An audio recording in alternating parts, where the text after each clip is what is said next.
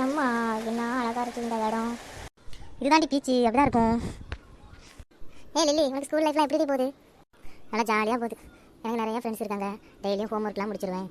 அதனால் எனக்கு ஸ்கூல் லைஃப்லாம் நல்லா ஜாலியாக போகுது. சரி, நாளைக்கு என்ன நாள் உனக்கு தெரியுமா? நாளைக்கு புதன்கிழமை, இது கூட உனக்கு தெரியாதா? அது இல்லடி மக்கு, நாளைக்கு ஒரு முக்கியமான ஃபங்க்ஷன் இருக்குது. அது என்னன்னு சொல்லு. முக்கியமான ஃபங்க்ஷனா? அது என்னது? எனக்கு தெரியலையே.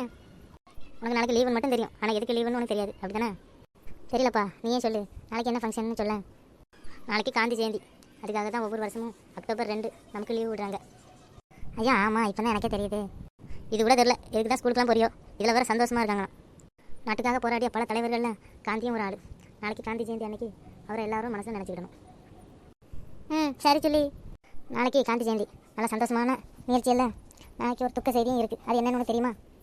துக்க செய்தியா? அது என்னது? எனக்கு தெரியலையே, நீயே சொல்லு. நாளைக்கு காமராஜரோட இறந்த நாள். எனக்கு தெரியாதே, நீ சொன்ன பிறகு தான் எனக்கே தெரியுது. நாட்டுக்காக போராடிய பல தலைவர்கள் அவரும் ஒருத்தர். எனக்கு அவரை ரொம்ப பிடிக்கும்.